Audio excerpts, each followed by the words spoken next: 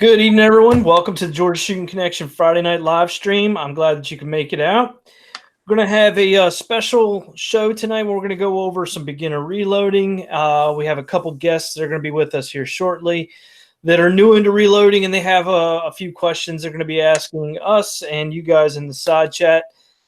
We've got 14 folks on here already, so everybody, I'm glad that you could make it out. And we'll go around the horn here and say how things have been going and get started.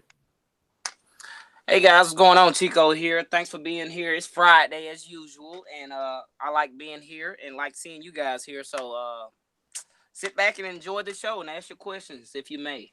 So thanks for having me, guys. As always, glad to be on the panel with you, three lovely gentlemen. Hey guys, happy Friday evening. It's finally here. It's spring break Friday where we're at, and traffic was a beast. It took me almost 2 hours to drive 20 miles to get home. I was not happy. But I'm here now. I'm relaxed a little bit. I was by myself at work, so I'm extremely tired. I've walked about 30 miles today. But hey, let's have some fun. Jamie, what's up? Hey, man. I'm trying to get everybody on here that's supposed to be on here. And yeah, today was, man, my week or my work is just going off the chain. I work for a school system. We're coming up on the close of the year. And this coming week, my wife's off for spring break. The next week, I'm off on spring break. Well, my school's off on spring break. I still got to work. But man, it's like everybody is putting in all their stuff they want done during spring break, so we're covered up. Plus, the phone system had to be redone. So, with that, I think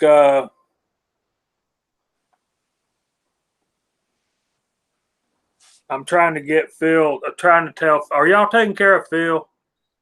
I think Nathan's taking care of Phil. Anyway, I got Chromebooks coming out my ears, Uncle Jim. If you want to buy one cheap, I'll send you some. They'll be broken, though.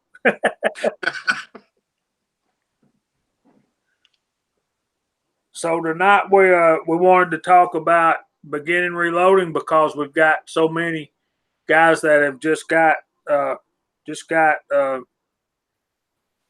new presses from one form or fashion or another, and we're just excited to have all the new guys join us in our community. And Chico's been sending out bullets like Grant took Richmond, and like Kyle said, we had all right, picture this.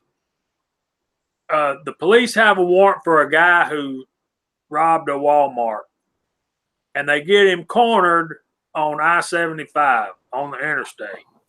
Shut down the whole interstate. How many lanes is it right there? It's at least 4, if not 6, Kyle. Right?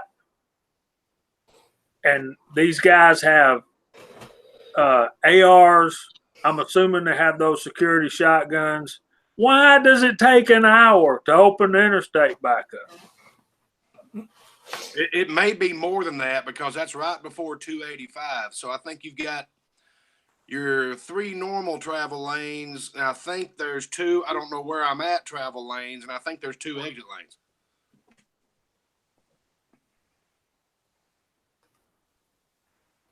Yeah, but I'm like, we could have got this, we could have got it cleared up a whole lot quicker than that. I'm sorry, especially if I got a shotgun with slugs in it. I'm sorry. I know y'all hate me, don't you? No, sir. I'm just saying, man. I watched Heat. I remember how it went. 5 minutes, call a roll back. Let's get traffic going. Like Kyle said, it's spring break Friday. I don't know.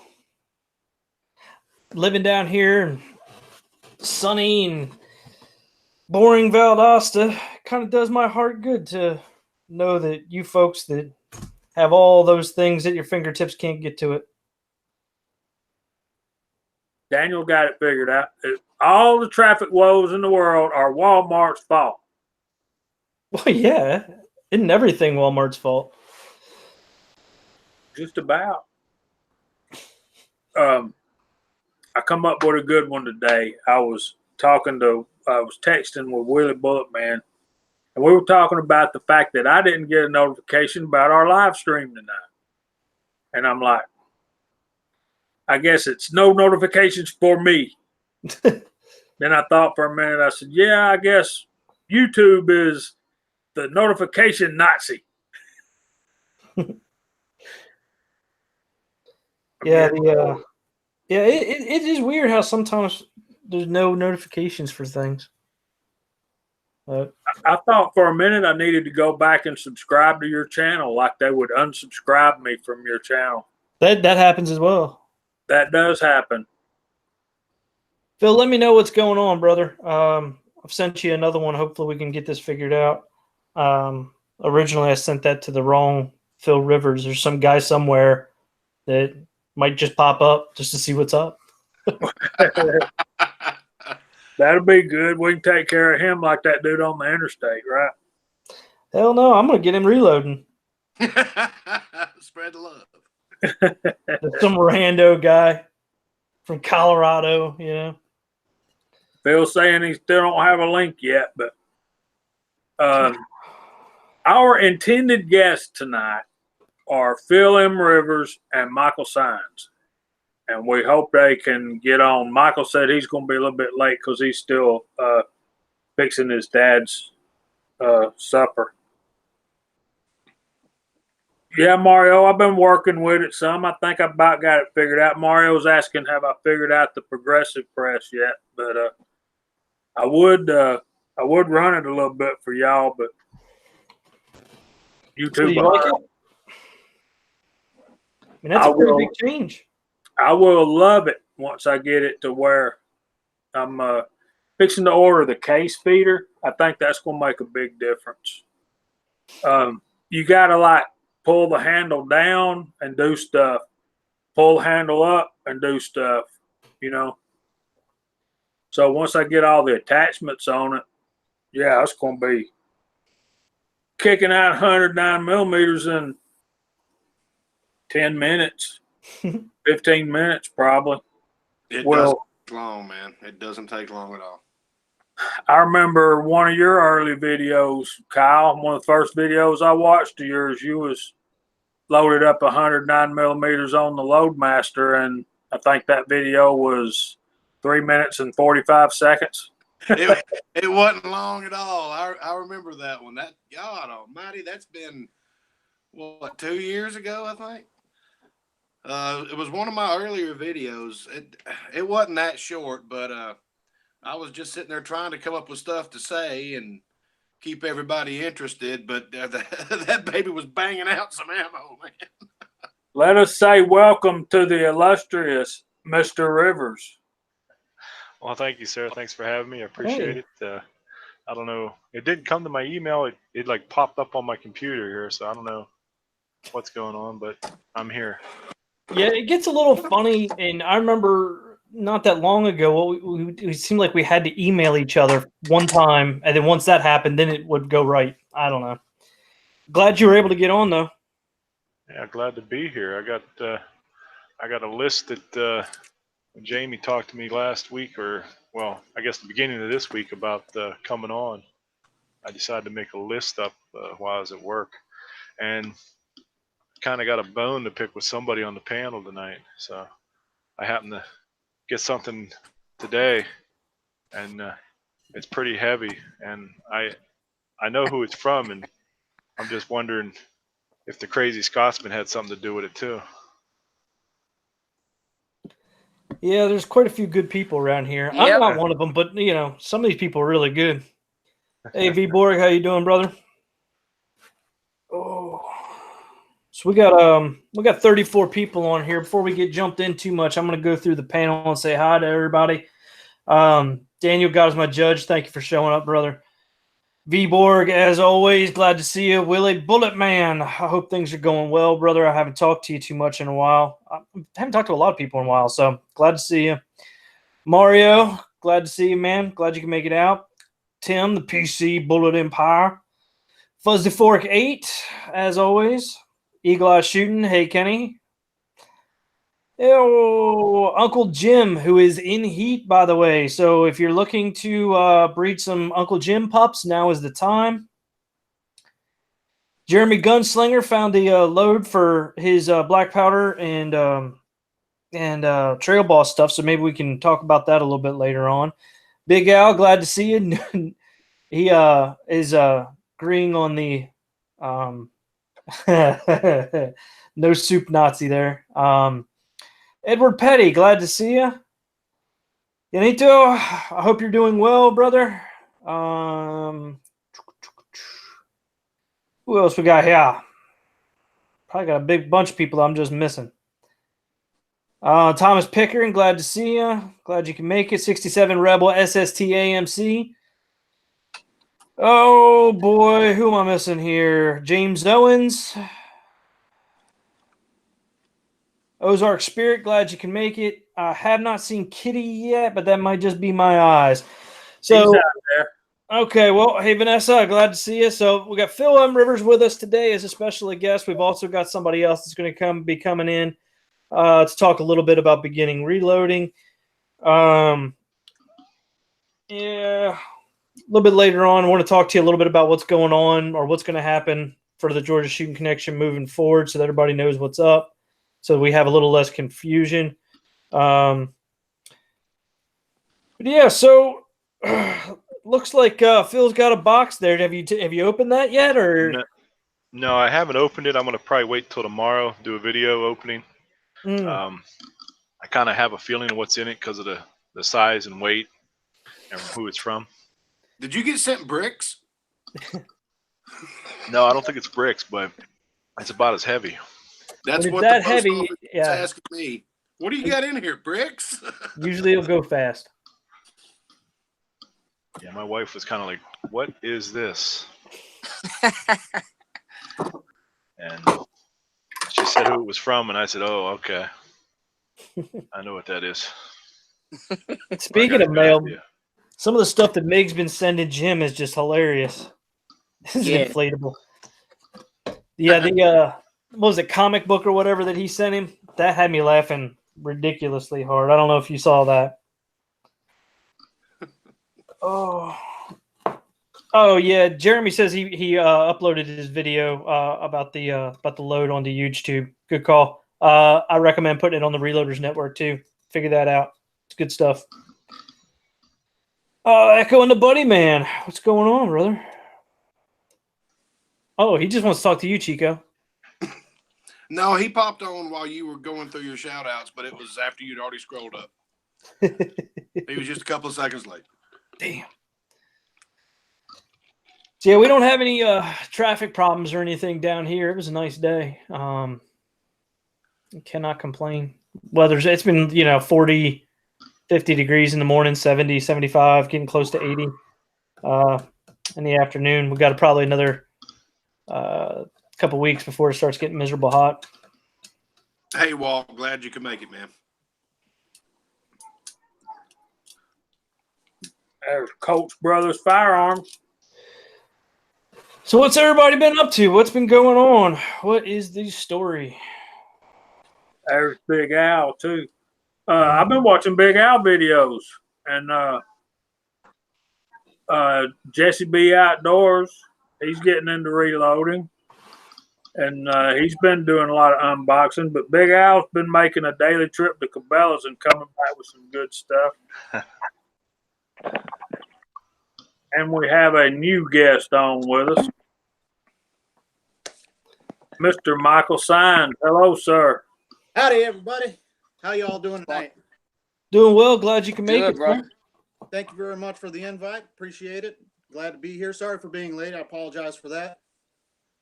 No problem, man. It's better late than never, or better something. Yeah, that's great, man. Like they said in the 60s when I was a kid, better dead than red. Yeah, that's right. Ain't that the truth? Speaking of which, I know this is before probably all our time. But back in when was it, like late 40s? I know it was after the war. they had the the communist hearings and stuff like that. And they were bringing all kinds of people, and they took in what's his name? The guy that made all the planes and stuff from that movie. Howard Hughes. Yeah, Howard Hughes. There you go. And they brought in all these people, celebrities, politicians, everybody that they suspected were in collusion with with communists and stuff, and communism, promoting communism and stuff. Where is that? Why aren't we doing that today? Well, I'm not 100% sure that those hearings were very constitutional, but yeah, I know what you mean, man. How in the hell is it gone from a day when we actually were dragging people in for collusion with communists, and nowadays we're openly doing it as if it is the future? It's a little crazy.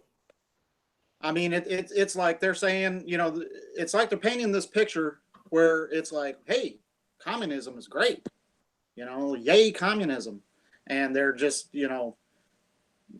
promoting it all over, and you got all these people, especially on the left, that are promoting socialism and communism, these communist ideologies, and it all, well, I won't say it started, but it started in the modern era, with Obama. I mean, he openly admitted, in several interviews that he, was a Leninist and a Marxist.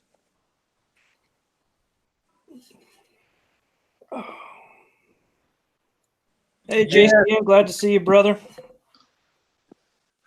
Mario's asking if we can start talking about reloading now. Yeah. Well, I kind of took this in a political. But I forgot to warn you, Michael. We don't do politics on our show. Yeah, I know. I apologize. But Michael, did that I got a trigger. Michael, did you read JCM 45's comment in the side chat? Oh no, I did not.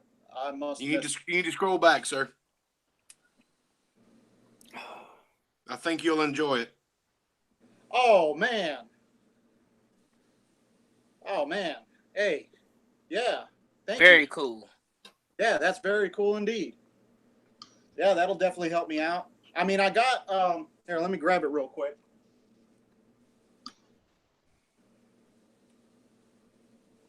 I saw this on Midway USA, and it was like $20 or something, and it's a little cast iron pot. It says it holds, it's supposed to hold up to 10 pounds of lead, but that's probably like all the way to the top. But this is something, that I could kind of get started in. I got my ladle and everything, so this is what I got right now. And I have not, put this on the burner yet. That I'm still trying to get going and stuff. I wanted to get me a propane tank, designated just for casting in case I get lead on it or whatever, And of course, I mean, I'm sure I could probably scrape it off and all that, but so that's what I got right now. And last week was my birthday, and I went to Midway. I'm wondering if a hot plate will get that pot hot enough. What you have to do is take the hot plate, take it apart, And take the thermistor out of it, Yeah. and straight wire it. And yes, it Yeah. will. But Yeah. good Lord, it takes a long time. It's a lot easier with a propane burner. Yeah, that's what I was going to do. I was just going to put it on the turkey fryer. Woo! Turkey fryer, that's a big thing for that little pot. That's why I was saying like a hot plate. Just the element, the little burner. I didn't even think about that little pot on a turkey fryer. Yeah, like damn turkey fryers is big around, got this little pot on there. Michael, and I turned Chico onto this too. I found on Amazon a 10-inch Dutch oven, like an outside Dutch oven. It's got the feet on it and everything. And it was, what was it, Chico? $15? You know what? I think they're the same one we have. Yeah. I think it went up. It's about Well, $22 now. I bought one, and you know me, I like to cook in cast iron, and I'm never going to ruin a piece of cast iron without cooking in it. So I made dinner in it outside over some coals and all that. And I like the damn thing so much, I bought another one just so I could use it for lead. But I had to make something in it before I used it for lead too. And I have to.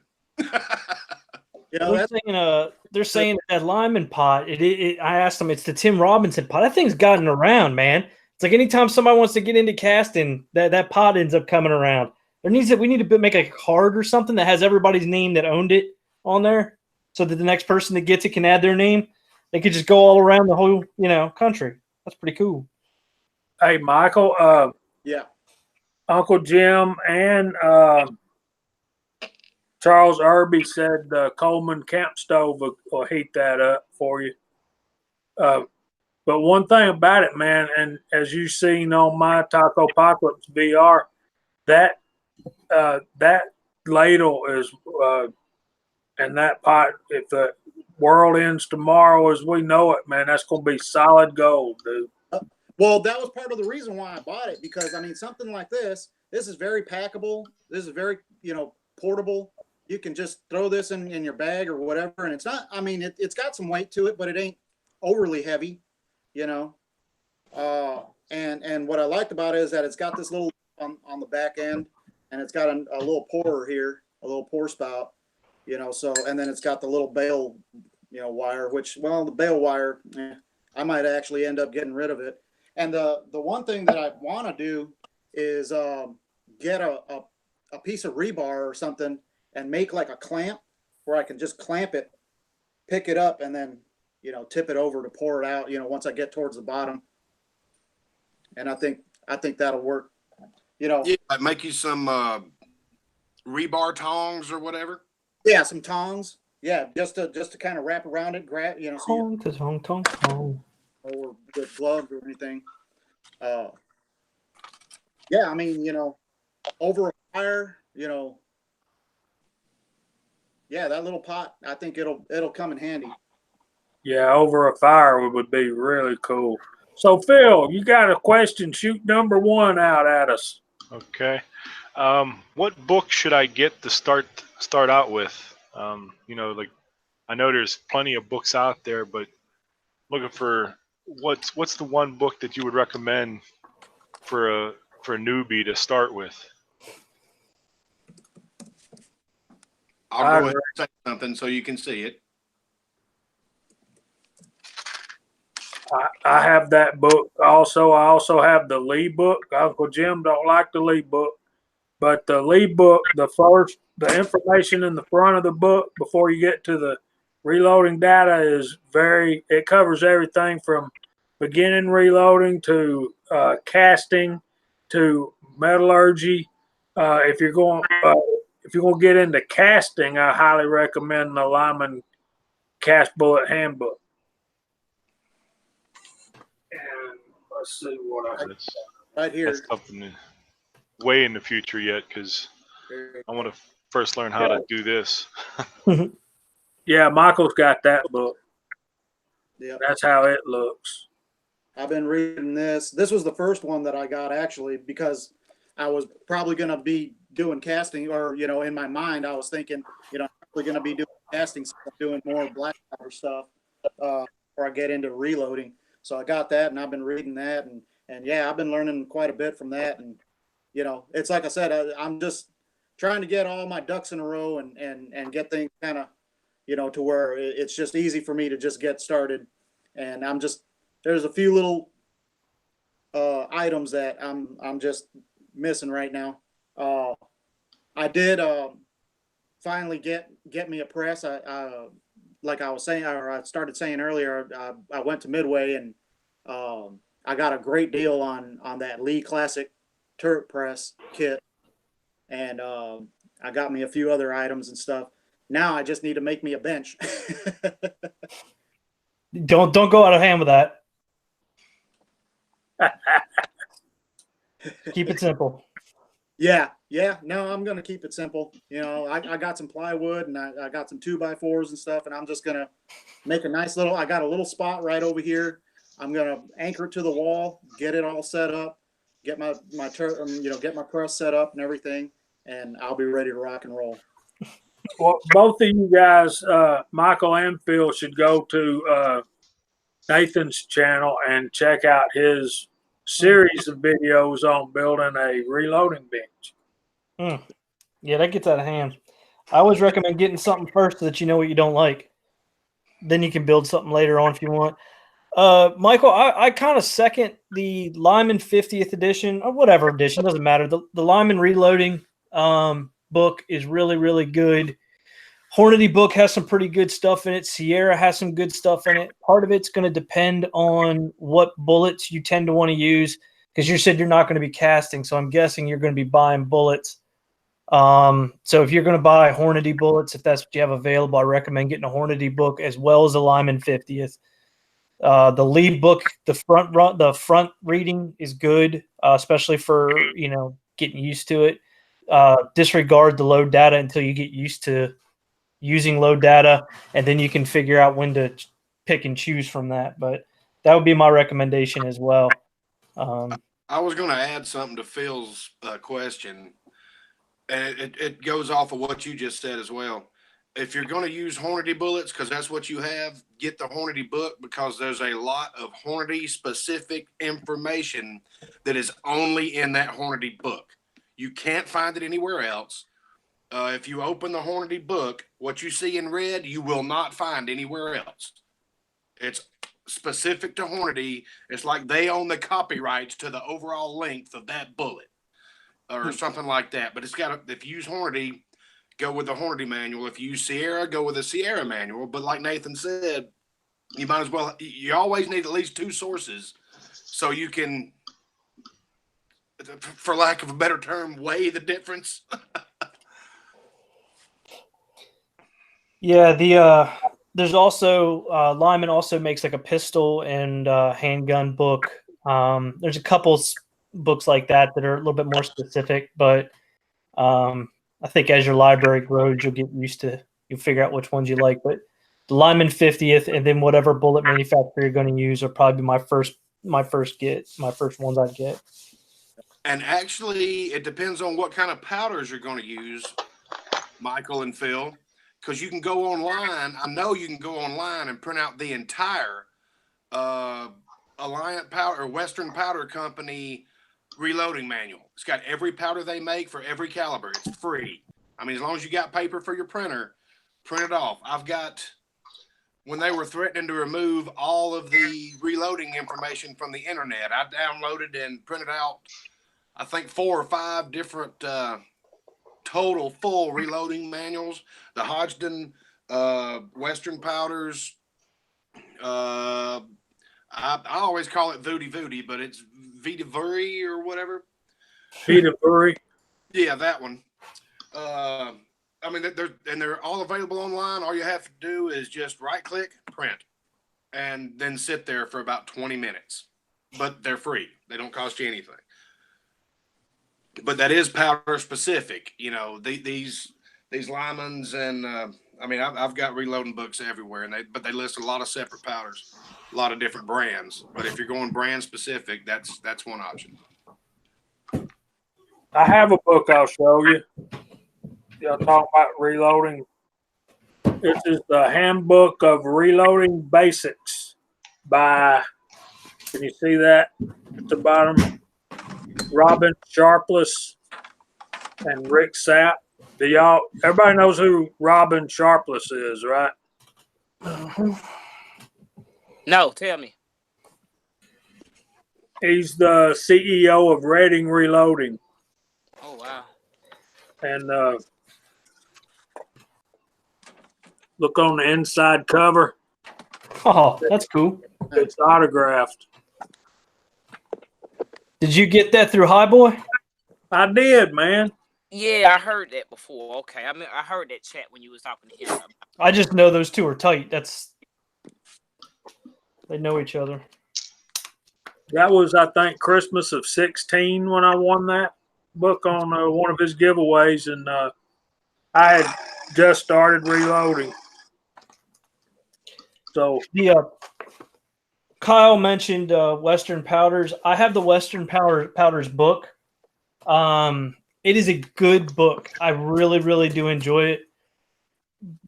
but it's the reloading data to me isn't exactly as it's like they're trying to cover too wide of an area, and it's just not specific enough. It's just not. I don't know. To me, I hate to say it's not worth it, but it is a whole lot of reloading data, not as much in-depth information, and it's the data isn't really as deep as I would have liked. Like the bullet choices and stuff aren't all that good, but it's not a bad book. If there's a book that you wanted to have that's a third or fourth choice, and if you like using Western powders, which I do, it's not a bad option. But yeah, books are interesting, man. I think I remember one of the things I really appreciated. I'm pretty sure it was Fuzz. Fuzz showed a picture of his like first reloading outfit, right? And it was like it looked like a rock chucker or a little rock chucker junior or something like that. Bolted to a damn 2x4. But what was bolted onto it was a little bookcase. It was like, I've got my press and my books, reloading setup done. I'm like, yeah, that's kind of, I don't know. I think that's a little bit better than spending, $500 on equipment and then $50 on books. I think it probably should be closer to the other way around. But that's a really good question. So I appreciate it. Yeah, because I know that there's all kinds of books out there. I mean I've been friends with reloaders before, and they have all kinds of different books and whatnot. So I know there's books out there to help you get started and to make the load datas and stuff.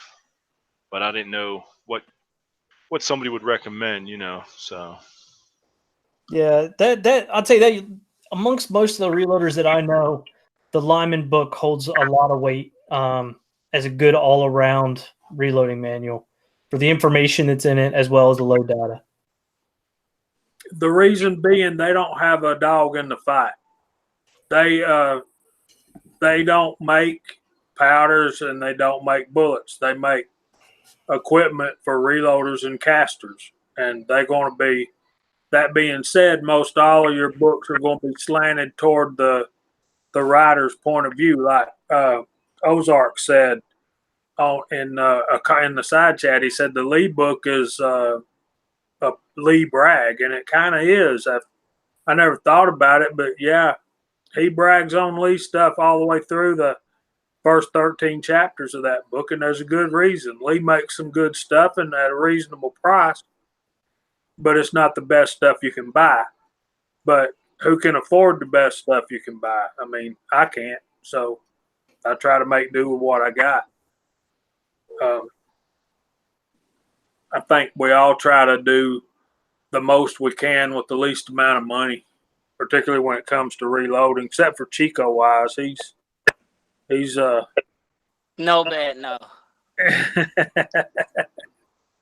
I agree, Phil. I have my first book was the Hornady book, but I think I purchased it at the store because I wanted to read a lot of information, and I didn't want to wait until to find a deal online. So I bought my books before I bought my press.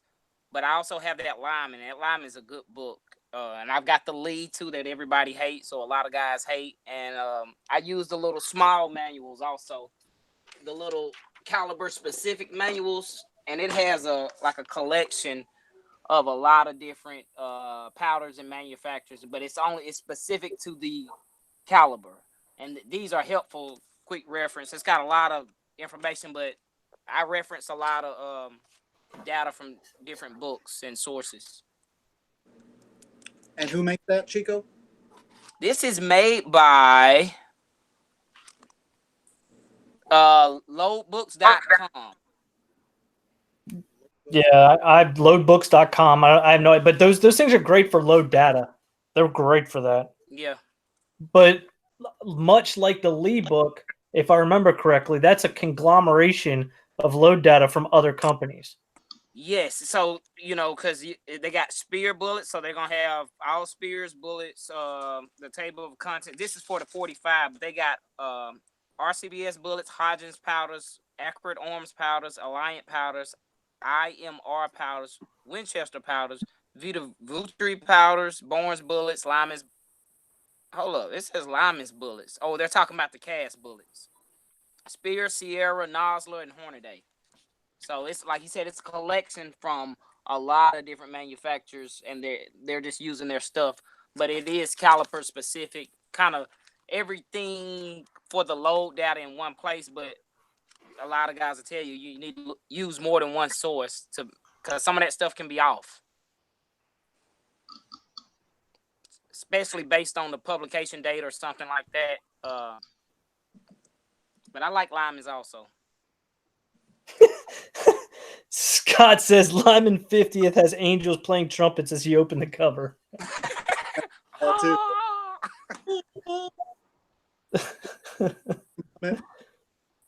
That's hilarious. Oh, glad to see you, Uncle John. Well, we got a few people on here. I appreciate everybody coming out. Oh boy, so what else we got on the docket? Any other pressing questions from either of our esteemed guests? Oh, I got a whole page. Awesome. But yeah, like what powder do you recommend to use for like 9mm? Because I understand there's a ton of different powder manufacturers, and like I'm completely new. I don't know much about anything. I mean, I know there's Unique and there's some other ones, and It depends on what's available in your area. I really like Tight Group or CFE pistol, or no Power Pistol. Yeah, Tight Group, Power Pistol. As far as the smaller caliber handguns, but when you get up to 357, 45 Colt, and everything else, you need different powders. Well, powder selection is funny, man, because there's different reasons for powder selection, right? Like Kyle said, what's available in your local area. The other one is what all you going to load with it, right? Are you okay with having one powder per round, right? Like if you're going to have powder that's just for your 9mm, or you want something that's more versatile. Cost is also a factor. Whether or not it'll work in your powder measure tends to get people to go one way or the other. So there's a lot of different factors in there. What kind of reloading are you doing, right? If you're going to do progressive reloading, it's probably not a bad idea to have a powder that fills the case enough to where you can't double charge it. So there's a lot of things that go into that. For me, I think I'm using Tight Group right now in our 9mm, but that's just that's after messing around with it and seeing that that's what I had on hand and saying, oh, this will work. So it's not real scientific on my part for 9mm. I think Chico's got a heck of a lot more experience loading that round than I do. Yeah, I don't know about more experience than you, but I can tell you what I first started with was, like Kyle said, what was available in my local area. So I started with CFE pistol and Tight Group. I think I bought both of them like right behind each other. And here's something I want to add to that. Whatever manual you get, they're gonna have certain powders. Just like, for instance, when I bought my Hornady manual for a specific bullet, it didn't have CFE, let's say, or Tight Group. So that plays a part in it. The bullet type, for me, it did as a new reloader. But you probably gonna find, like at your big box stores, you probably gonna see all the Hodgin stuff like Tight Group and CFE pistol, like at an Academy or another big place that sells reloading stuff. But it worked good for me as my first powder. And I like it, actually. There's got a lot of guys in the side chat talking about CFE pistol and Tight Group. I use both of them. I like them. A good powder that's kind of versatile is Red Dot. I really like Red Dot, and if Tim says it's good, then I might have to actually try Red Dot load in my 9mm, because Red Dot's a really, for me, it's a powder that once you figure out how it works, it's pretty consistent, and it works pretty well in a couple different applications. I like Tight Group because it's so versatile. A little bit goes a long way, and you can use it in so many different cartridges. You can use it in everything from 9 up to 45, then the 38, 357 Magnum. and so forth and so on. I like it better. It seems out of my guns anyway, it seems to be more accurate than the CFE pistol.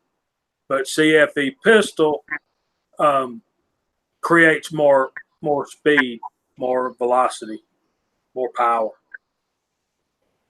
And that's just what I've found. But I have to agree with Kyle.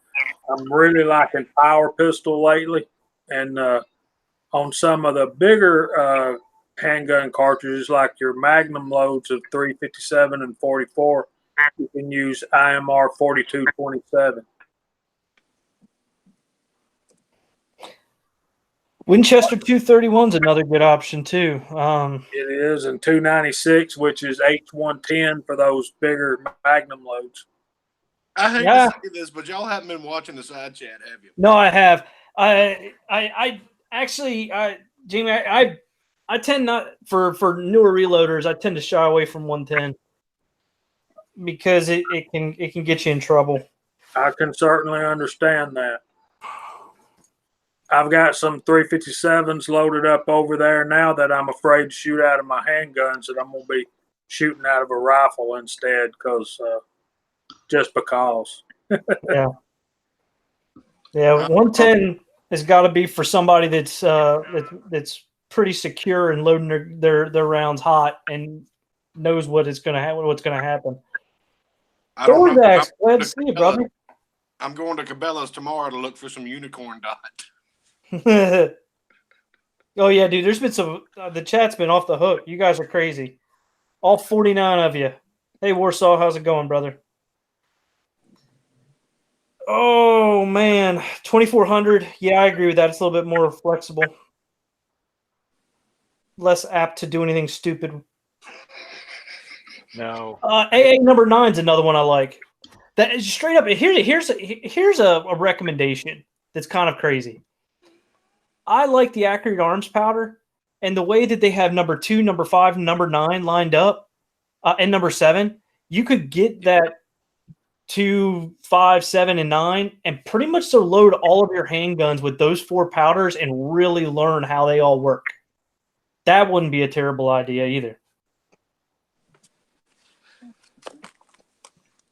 Hey, look, I got a question. Look, and y'all know I'm still a rookie, and I'm my ass. So I went to a big gun store in my area, right? So I was like, they got Unique, they got a lot of tightwad, I'm like, everything, right? I'm looking, I see all these dots. I seen so many colored dots, and I'm like, I'm looking for the one that say pistol and dot, right? So I'm looking, and every one of them I seen said shotgun powder, and I was like, I thought they load this in like pistols. I left it on the shelf. You know what I mean? That's why I just asked in the side chat, is all those dot powders labeled as shotgun powder? Because I hear you guys talking about, everybody loads shot, whatever dot color, and I seen it had to be at least probably 6 to 8 different dot powders, and I was like, shotgun. I'm looking for the one that say pistol. I didn't even want to ask nobody in the store because I didn't want to look like a rookie, So yeah, almost all old powders that are pistol type powders are all shotgun powders. Unique's a shotgun powder, Red Dot, a lot of those old powders, they started as shotguns because people reloaded shotguns a hell of a lot more than they did handguns 70 years ago. Right. So, yep. Now that brings me to my next question: is how long is powder good for? Depends on the conditions it's kept. Usually, if you keep it inside from not a lot of temperature variation, it's good for a long time. Yeah, you when you smell it, when you open up the cap and you smell it, you'll know if it's bad. There's no question. Well, Mr. Robinson, PC Bullet Empire, sent me these 44 Magnums, and they're loaded with a powder that you can't even find anymore. They discontinued a long time ago. He just happened to have a bottle of it. And he loaded me up some and sent them to me. And, yep, I like them. But the problem is I can't reproduce the load. Yeah, man, that sucks. What powder's been? I'm just trying to think of a powder that's been discontinued that would be used for that. What is it? Do you remember? Tim, which powder was that? You told me a long time ago, but I can't remember. You sent those to me like a year ago. Yeah, is it old Hercules or something? I mean, that's all turned into Alliant, but I don't know. I've had Hercules powders that are still good. So, I mean, that goes back 25 years. Yeah, that goes back a minute. Yeah. Tim says HS7. Oh, okay. Ozark said Michael will get a kick out of this. He said, try FFFF. I saw that. Man, you're gonna get a hell of a boom out of that. Yeah. Blow up your gun. No, bad. No. Smells like freedom to me. Well, let it ring, I guess. Oh, shit. And I smelled it. That's what it smelled like to me. Phil Willie Bullet Man wrote he's got some red dot that's over 30 years old, and that's still good. Yeah, that red dot is 30 years. That's old Hercules stuff. Well, Yeah. So basically, temperature and moisture are, the things that you want to be. Yeah. Yeah. Especially with the new. Oh, that you might have a problem with though. Some of those old IMR cans rusted on the inside. So just be careful with that you don't have a can full of damn rust. If it doesn't, you're probably good to go. What you got, Phil? It's IMR 4350. Friend of mine gave it to me. You don't need that. You need to box that up and ship it to me. Hey, Phil, has it been opened before? Yes. All right, crack the top and smell it. Don't smell like much. Okay, you might want to take a flashlight and look down in there. Yeah, just make sure it doesn't have a bunch of rust in there. I don't know what happened, and I think it's only certain batches or years that were bad about that.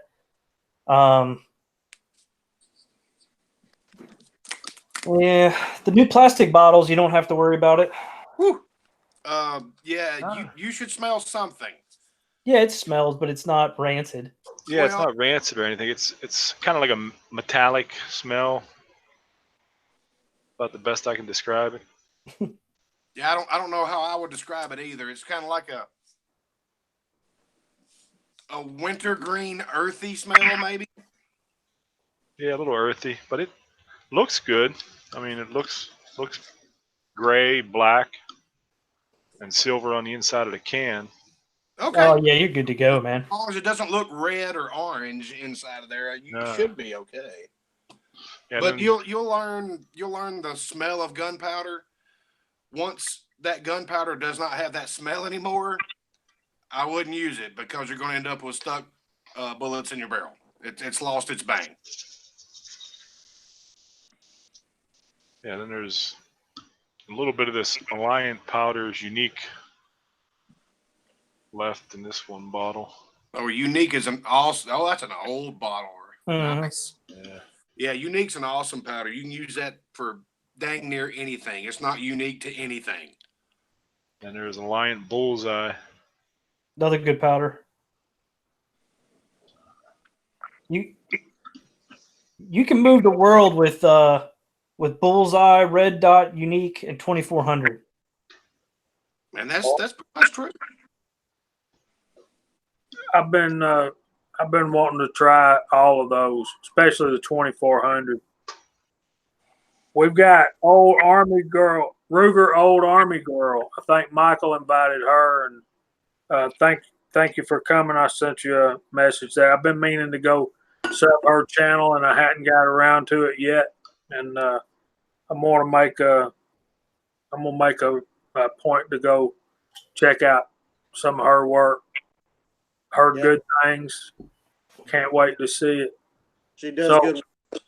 Phil, you got another question? Oh yeah. Hold on just a sec here. Ambiguity asked a question here. He said, just transfer to another container. I'm guessing he's talking about that IMR powder. The thing is, if you do that, make sure it's another IMR 4350 container. I don't recommend putting it into even another. If you put it into another powder can, there's a chance that whatever label you stuck on there or something could be removed. It's just when it goes wrong, it goes so wrong that it's not worth the $20. Yeah. Does that make sense? So if you have another empty can of IMR 4350, absolutely, you won't have a problem as long as the can's empty. Don't want to mix, different lots, but I don't recommend doing that. But that's my taste, man. I'm a little bit more careful probably than I need to be. Later, Mig. Have a good night. I don't think that ever hurts. And Yeah. these questions are just some stuff I wrote down at work, and there's no particular order. But now, what primers do you buy, or is that depending on what you're loading? Yeah, it depends on what you're loading. And brand is funky because some people will tell you that some brands are better than others. I've never run across that. The only thing I can tell you the difference is CCI primers are harder.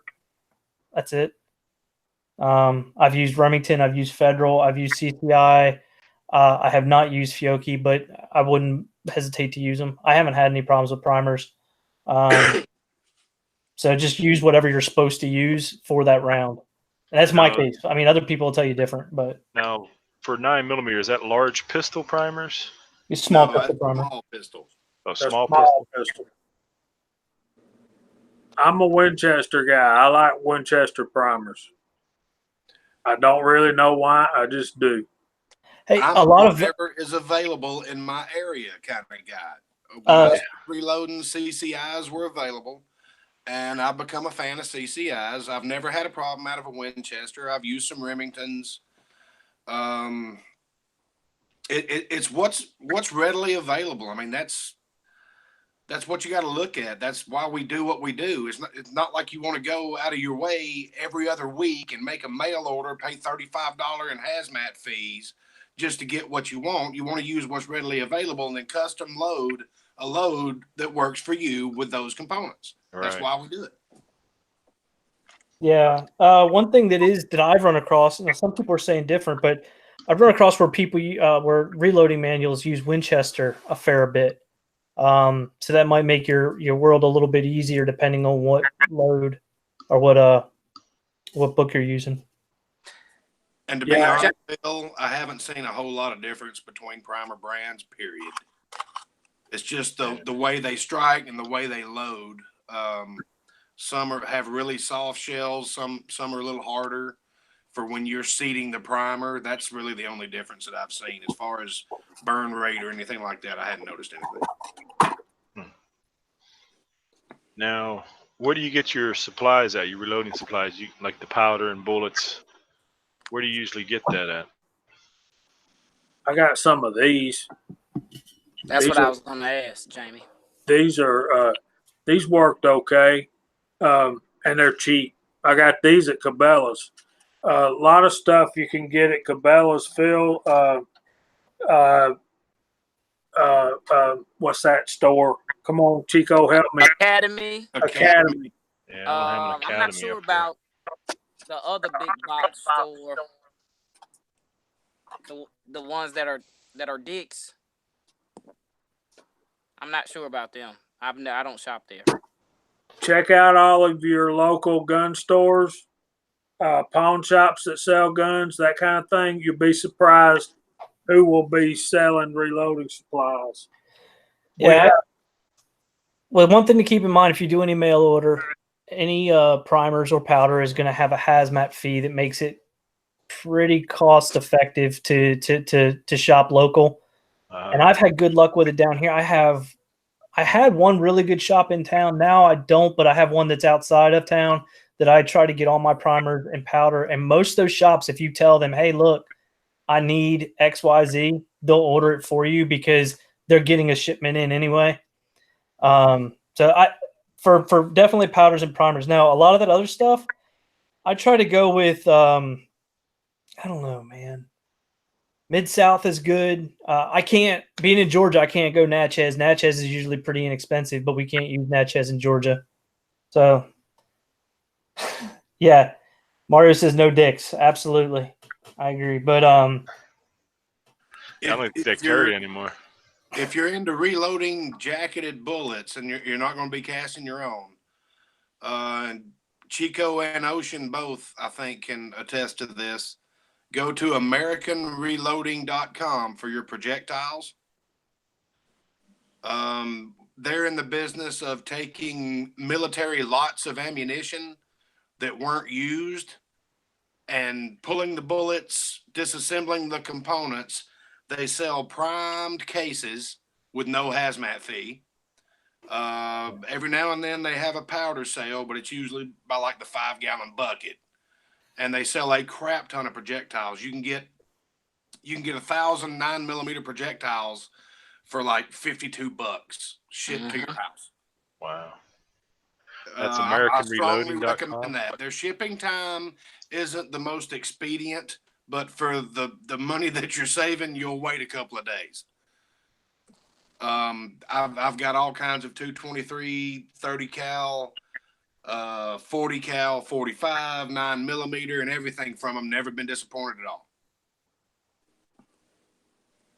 And a lot of the guys that people we shop with, like I keep having these brain farts. So Midway and Yeah. the other place. Mid-South, Midway, Mid-South in particular will have a sale where if you buy 4 bottles of Shooter's World powders, no hazmat fees and free shipping. And Uncle Jim will has a video where he got a good deal on his birthday from Midway. And, you know, save up some money, pick out what you need, wait for those kind of sales. And when they have those sales, pull the trigger. Now, does anybody know about Dunham's? They carry that? I don't know. Dunham's around here. I don't know about it. Might.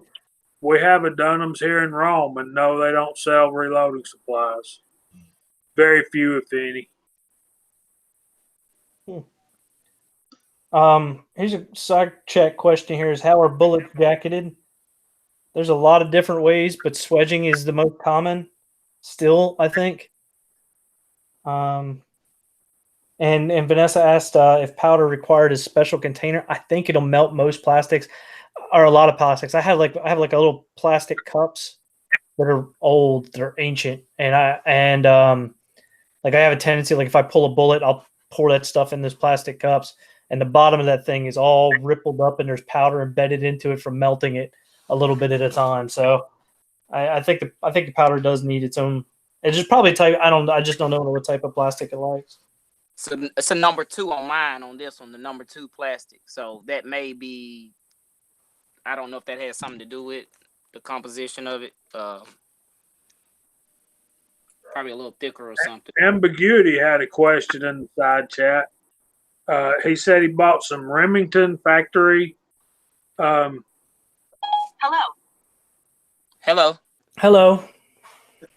Yeah, I agree with ambiguity. Remington ammo is usually relatively garbage. That's been my lately anyway. It didn't used to be, but lately, yeah, that's been my case. He was saying it smoked a lot, but the Winchesters don't smoke as much. That could have anything to do with what they're using as primers and powders and whatever. It's usually the powder that's doing the smoking, right? Or it could be however they jacketed them. Yeah, the coating on the bullet. Yeah, if they're just plated, it's going to smoke like crazy.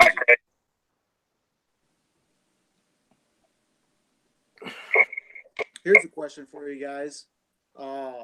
For somebody that's just starting out, I know a lot of guys here are doing the powder coat, going the powder coat route, but as far as like lube versus powder coat, what do you guys, what are your thoughts on that?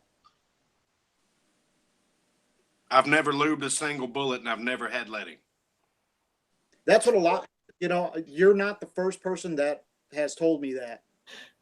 That was the simplest answer to that question I've ever heard. I loved it, Kyle. I've never lubed a single bullet. And I've never had leading. And I've I've had shot tons of leading, and I have lubed a lot of bullets. Now, what causes leading? Improper fit, bad pressure, or over pressuring are your two main culprits. So if the bullet doesn't fit, depending on the type of gun, if the bullet doesn't fit properly, you could have gas cutting. There's too soft a lead. There's a lot of different things. I got it, Nathan. You're making this too hard. The bullet it's too small for the bore, so compression gases pass by the bullet, thus melting the lead before the bullet can come out of the barrel, and that lead gets deposited in the rifling as it goes through. And if your pistol, rifle, whatever you're using is starting to lead because your projectiles are sized too small, you'll notice it in about 5 shots. You won't be able to hit the broadside of a barn standing inside of it. Sling the pistol because you ain't gonna hit what you're shooting at. Yeah, so I agree with everybody else. Learn to powder coat if you're going to do handguns. If you're going to do rifles, you're going to have to figure out how to do it both ways. That's when you start gas checking. Because but handguns, powder coat is the way to go, especially if you're a revolver shooter, because nothing's perfect in a revolver, and you have cylinders that are slightly different sizes from one another. It has to go through the cylinder and then crash into the forcing cone, then wedge itself back into the barrel, and by the time it does all that, it's leaving half of itself behind if it wants to. So, ooh, I've got a good topic. Hang on. I really recommend powder coating for handguns. I just think it makes your world so much easier, and it works like a champ. No. Another thing you got to come to terms with is the fact that when the round goes off, that bullet's got to swell. It's got to mushroom and if it's too hard, if your metal's too hard and it does not obturate, then what Kyle was describing, the gases going by, that can cause the same thing. And that's referred as blow by or something like that? Gas cutting is one version of it. There's also melting the bullet base. There's also stripping where the bullet's too soft and it's actually not being able to hold the lands. There's several different types of leading depending on where it's doing it and how it's doing it. Okay. And one very important part to the whole process, whether it's a handgun or a rifle, if you're casting your own bullets, you want to go to your local fishing store and get a fishing sinker that is roughly a little bit, as small as you can get, bigger than the diameter of your bullet. And you want to start pounding it down the barrel. Make sure it's soft lead. Can you see the rifle grooves in that? Can you see it? This is where I slugged my Henry 4 Magnum. I know exactly the bullet size, or I know exactly the bore size of that 44 Magnum now. Now all I have to do is cast and powder coat bullets, size them to 1 or 2 thousandths bigger. I know it'll seal. Now, can't you just do the same thing with having to force a piece of lead through your barrel by just sticking your caliper in there and measuring your lands and grooves? No, because there's because like, for instance, with a revolver, you know how they put a barrel in, right? So when they screw the barrel into the frame, there's a very good chance there'll be a pinch point there. So you're not going to get the smallest point. And it's also just not close enough usually. You can get a rough idea. But usually having to go ahead and slug the barrel, the best bet. What I did Actually is I stopped by Cabela's on my way home from work. I happened to have one on the way home with a pair of calipers, and I went to the fishing section and I started measuring sinkers. I said, okay, I need this pack. And I came home and slugged my 44 Ruger and my 44 Henry, which were both different. One's 431, one's 432. So I have to load.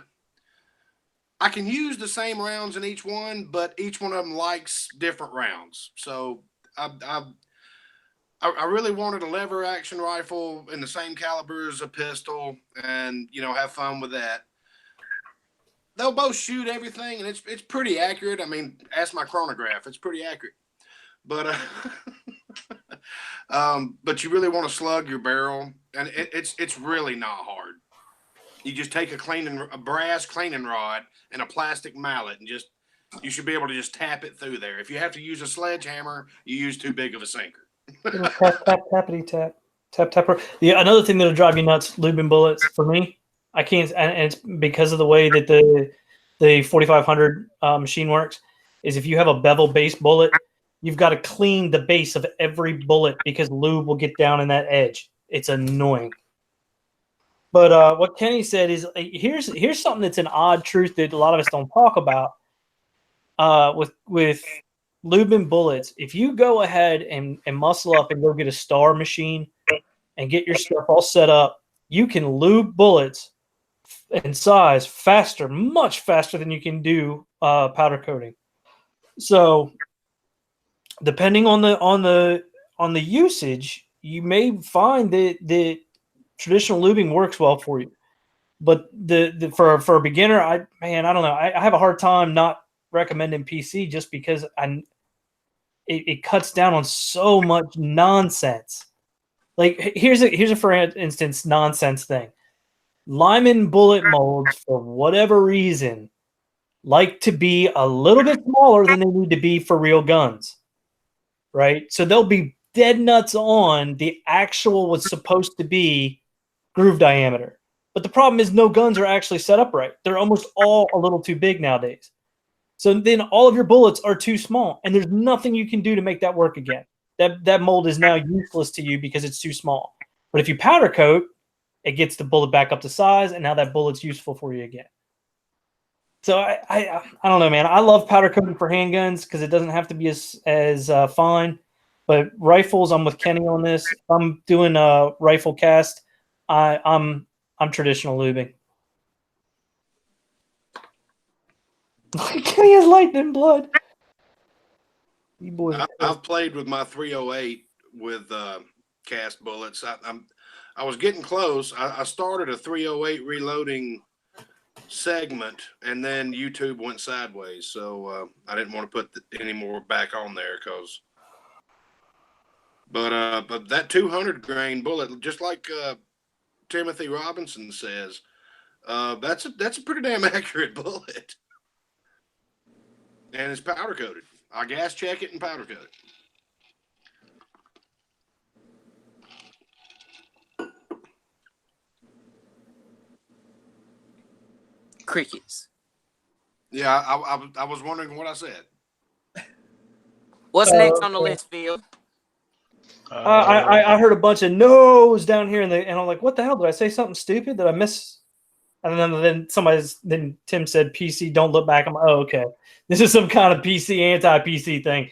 Like, nah, that's I can go both ways. I've got the machinery. Whoa. I've got the experience doing it. Easy now. That's a little, Yes, sir. Personal. little scary. As Uncle Jim would say. Yeah, Now, this may sound like a dumb question, but do you have to resize pistol brass? Yes. Yeah. Okay. Now, if you mean by resize, do you mean trim? Because you resize all your pretty much so all brass needs to be resized in some way, but pistol brass rarely needs to be trimmed because it doesn't grow in length. Okay. So, let's see. I have a. This will work better, but 338, yeah, 38 special. So I have a 38 special case, brass, and what do you do to resize it? You have a resizing die, or? Yes, you have to run it through a resizing die. I happen to be right here at mine. You're going to have a die that looks like this one. It's going to have a decapping pin right here. and the inside is shaped to size that brass exactly back to Sammy specs. Because right now, if that was shot through your firearm, it is now fire formed to your chamber. Okay. And all chambers are made differently, especially in revolvers. They just bore a hole. As long as the bullet stops, they're good. So you want to squeeze it back down to where it's supposed to be. And then you're going to have to run it through a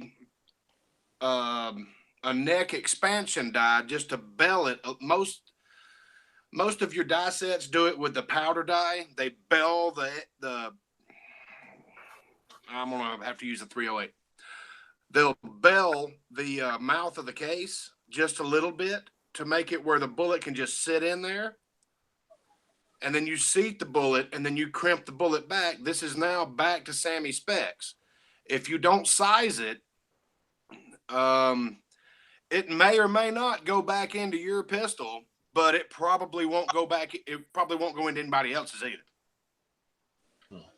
But now there's the fine line, because with rifle brass, because they're tapered, I don't know if either one of y'all are talking about or wanting to reload rifles, but since they're tapered, that right there causes this brass to stretch every time it's shot. Okay. So what you want to do, like I say, fire form the brass. If it's your rifle, your brass, and you know it's only going in your rifle, you don't have to full length resize this whole piece of brass. You can just neck size it, which will put it back down to 308. You don't have to worry about everything else. And that actually improves accuracy a lot in long range shooting. But as far as a pistol, yeah, you got to resize it every time. Now the resizing dies and stuff like that. Now they come in sets of dies. Yes. Everything that you need. Well, I actually have a set right here on the bench. Everything that you need. Oh, especially with a Lee, everything that you need will come in one set. It'll have the shell holder. It'll even have a little powder scoop with it. Yep. Say something, Michael. Just like that, Phil. And I got this one off of Midway USA. That's what I ordered this with my press kit and everything. This is for 45 Long Colt, and it's got your powder dipper, your shell holder, and well, this one's the carbide set, so it's got the 4 dies. Some of them will come with 3 dies. This comes with the extra die, which is just the factory crimp.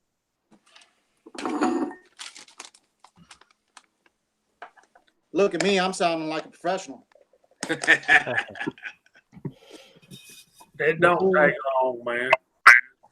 Very few things in this world are better for learning than teaching. Yeah, right. Like I told Jesse B outdoors early this morning, before I ever even took a shower. So we're talking like 5:30 in the morning. Like there's nothing like looking forward, or there's nothing like the anxiety of pulling the trigger on your first reload. And then Chico was the same way. He was all like, And I was nervous. Hey, I wasn't like that, but I was nervous. yeah, the Just a hell you little. was. I watched the Just a video. little. Just a little pea came out. I was like, man, this can go bad or it can go great. But once you I do was good. that, and Jamie can attest to this, once you do that, especially in a caliber you've never loaded before or anything, and it actually goes where you're pointing it and you can repeat it, you're like, that's right. Mm-hmm. All good. I got this. Yeah, you gotta be careful you're not strutting out the range, you know, like, yeah, I'm bad. Yeah. It's a killer feeling to look down in your range bag with a bunch of ammo that you know that you made. It's even better when you cast all the bullets. I mean, reloading it with jacketed bullets or store-bought bullets, you know, that's a great feeling too. But to take something that you took out of a 5-gallon bucket on your back porch and turned into something that you can shoot, that's a pretty good feeling. Well, ambiguity asks the question. It's a pretty big one. How many times can brass be reloaded? When is it not good to reload again?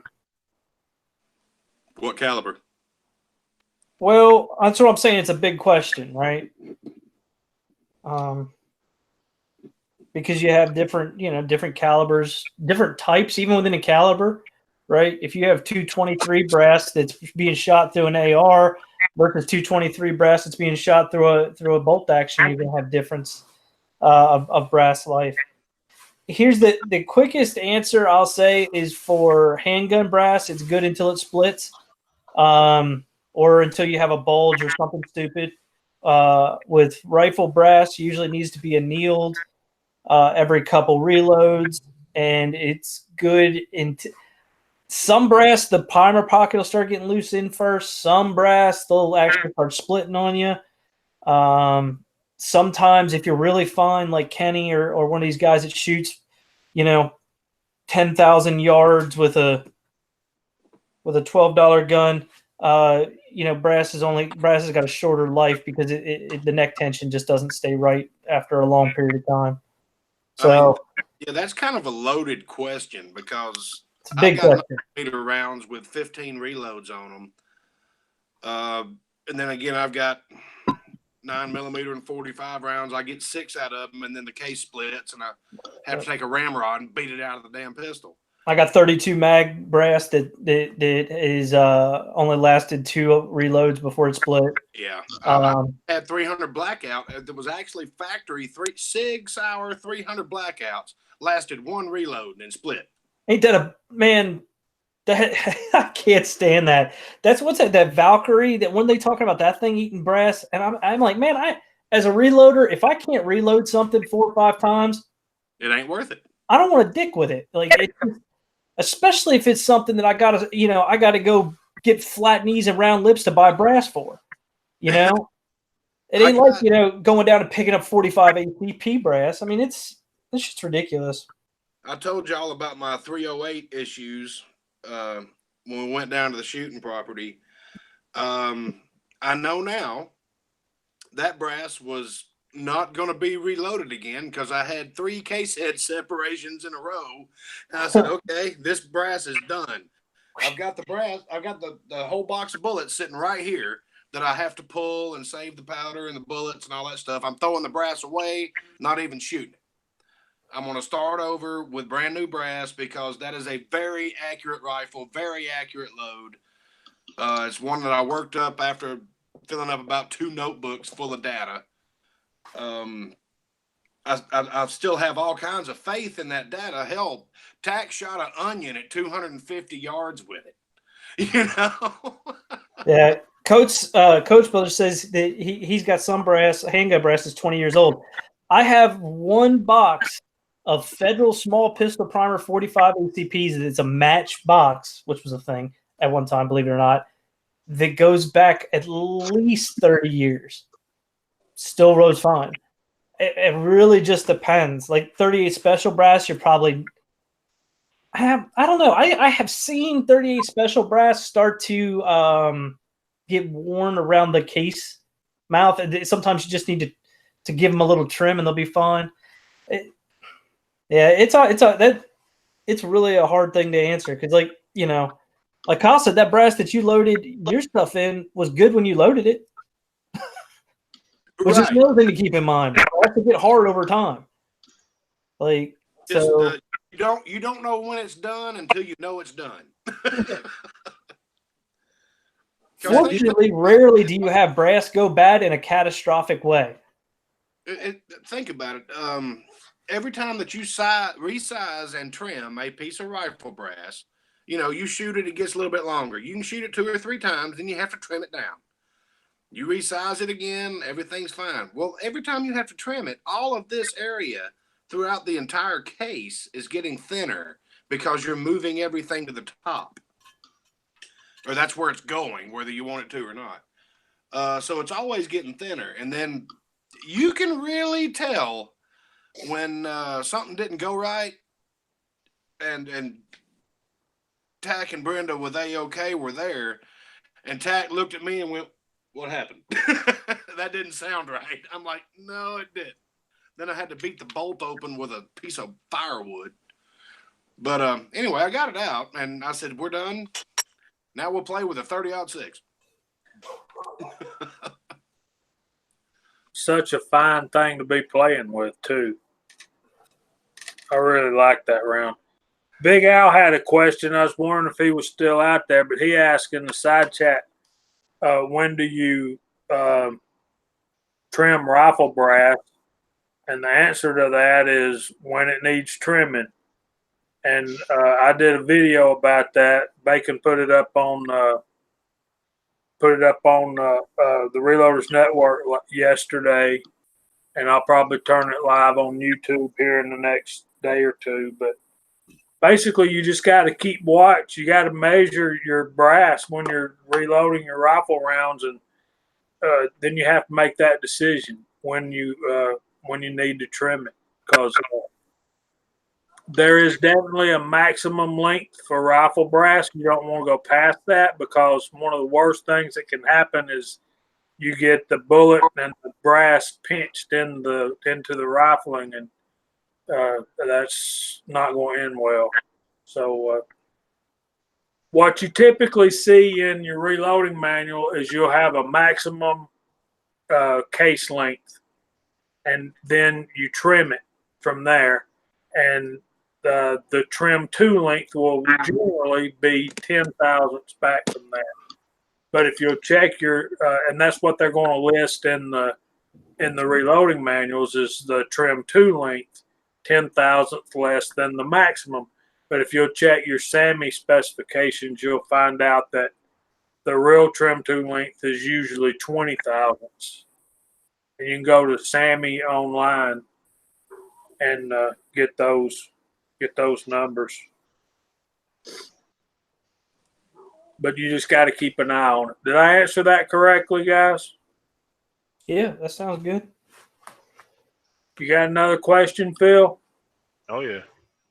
Yeah. Where do you get your reloading equipment and tools? Like, I know, like you said, to buy powder and primers, you generally don't shop online, but for like the press and all the dies and stuff, I think you can find most of that on Amazon now. I don't know if you guys shop like that, or If I go through Amazon, go through the Reloaders Network's affiliate. But personally, no, man. I use graphs a lot, but it's all about cheap, man. Actually, wait for Chico to tell you where to go. I'll tell you right now. So look, Phil, yeah, but I use Amazon too, and or like Midway, especially if they're having a spend $49, you get free shipping. That's where you're gonna benefit, because that reloading manual, that Lyman reloading manual, right now is $24 for the South, $24.34 for the soft copy. The hard copy is 65 cents higher. You spend $49, you get free shipping. You may need dies. You'll get the $50 easy in probably 2 items. So, but Facebook Marketplace. I know a lot of guys don't like Facebook Marketplace, Craigslist, but in your state, if they like, I don't know how Uncle Jim's his thrift store has reloading equipment. I'm so jealous. He's buying dies and everything. But I would check some gun stores, like the smaller ones, mom and pop stuff. They probably have some used. I'm not opposed to buying used equipment, because if it works, it works. Yeah. But Facebook Marketplace, Amazon, even some guys don't like eBay. I use it. If I can find a deal on it, I definitely will use it. But like you said, if I use Amazon, I use the TRN affiliate link, and it's a lot of other links on there, like Brownells, all that. Those affiliate links are on the Reloaders Network, and it kind of helps the site out.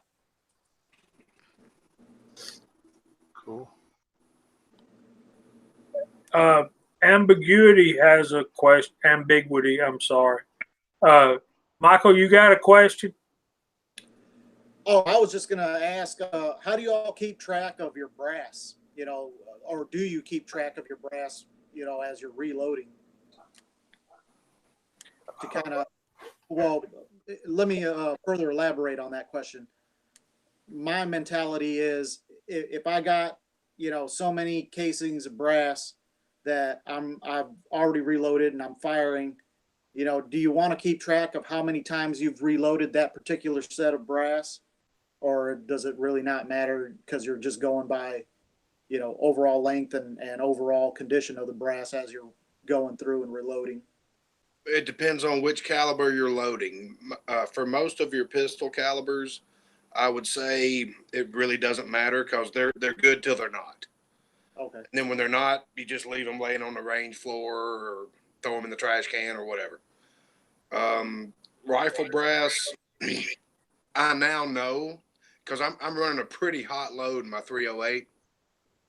I now know that Lake City once fired brass, I can reload 7 times safely. 8 times is iffy. 9 times is no bad no. Because I've got to pull a bunch of bullets because I took a lot of ammo down there and we didn't. That blows, man. But at least you know. And Yeah. I also separate mine, pistol and everything, by head stamp.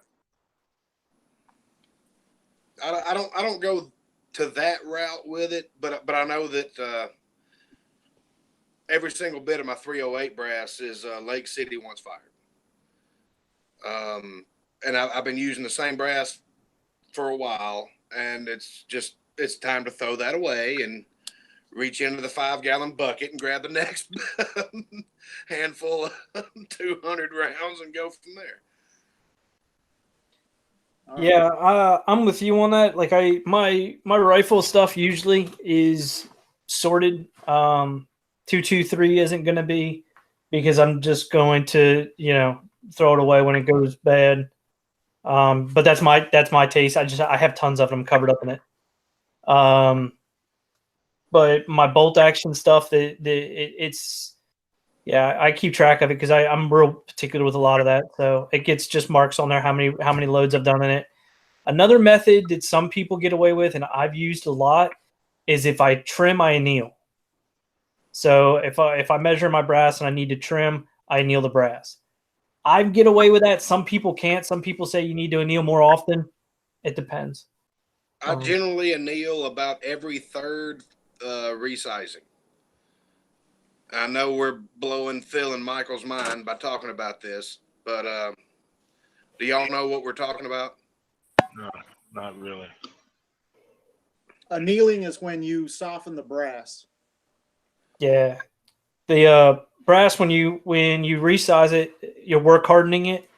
So each time you resize it, the brass gets harder and harder, and when it gets harder, it's more apt to crack.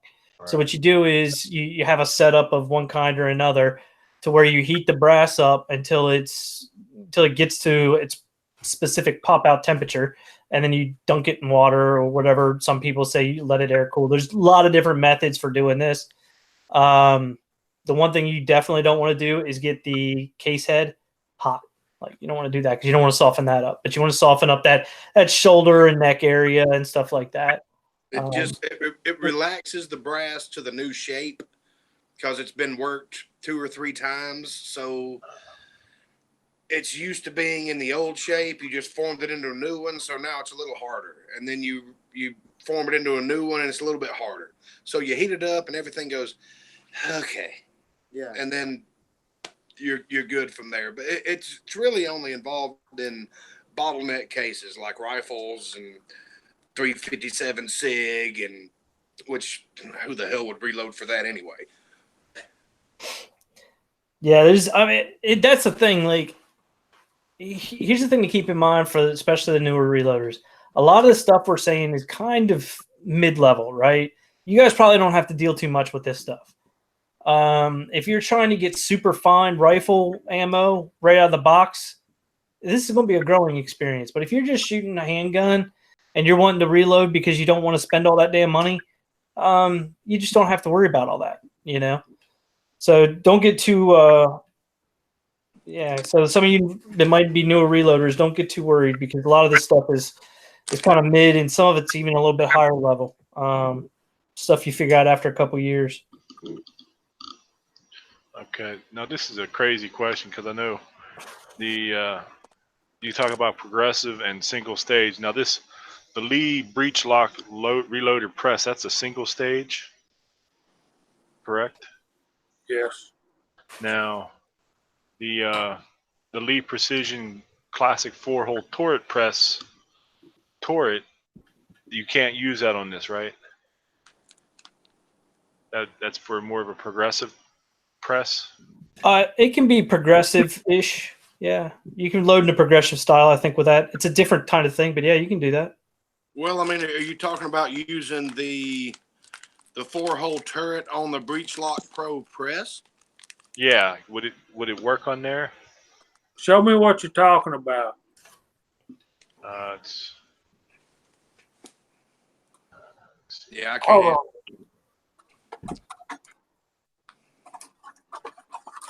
Are you Yep. talking about these?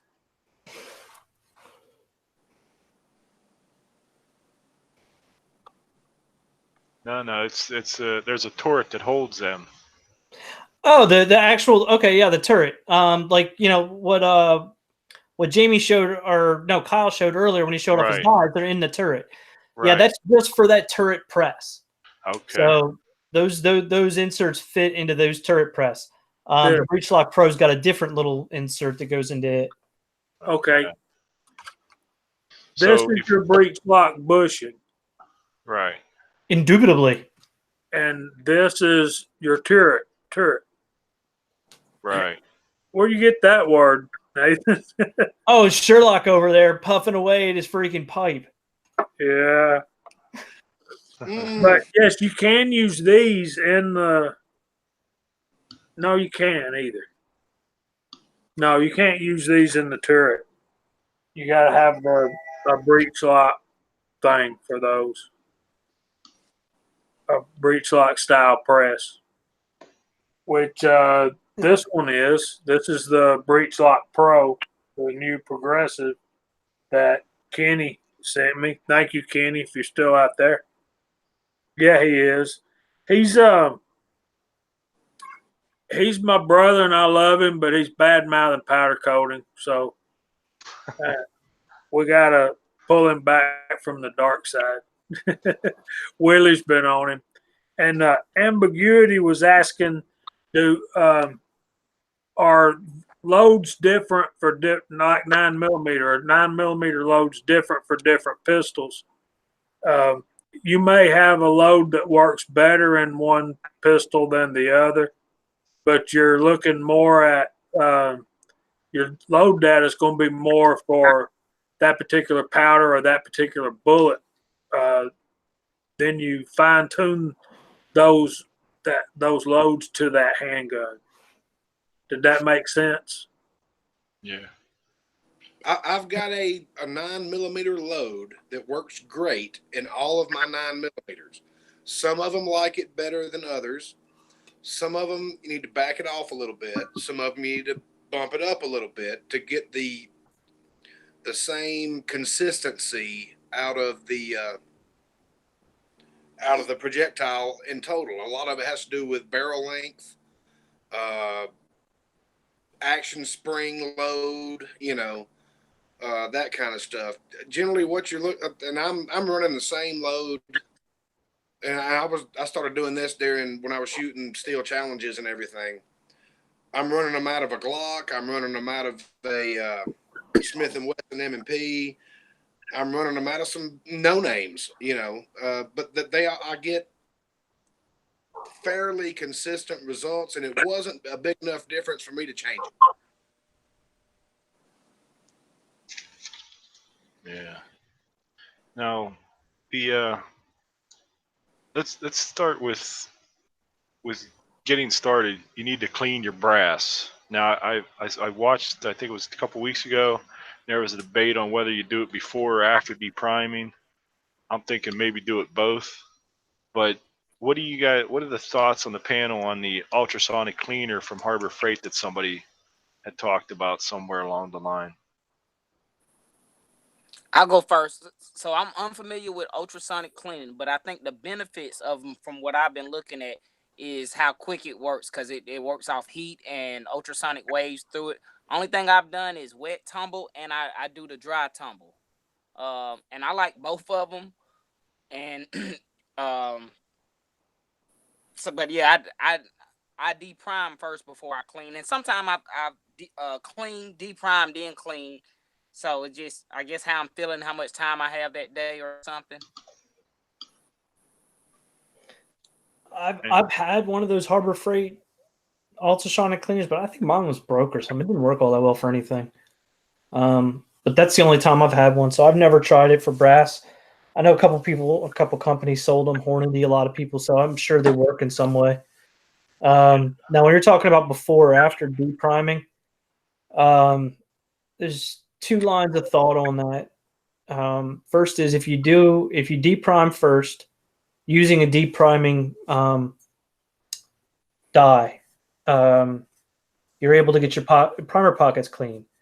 But the downside of that is it's also possible to have a piece of media stuck in the damn primer hole. Right.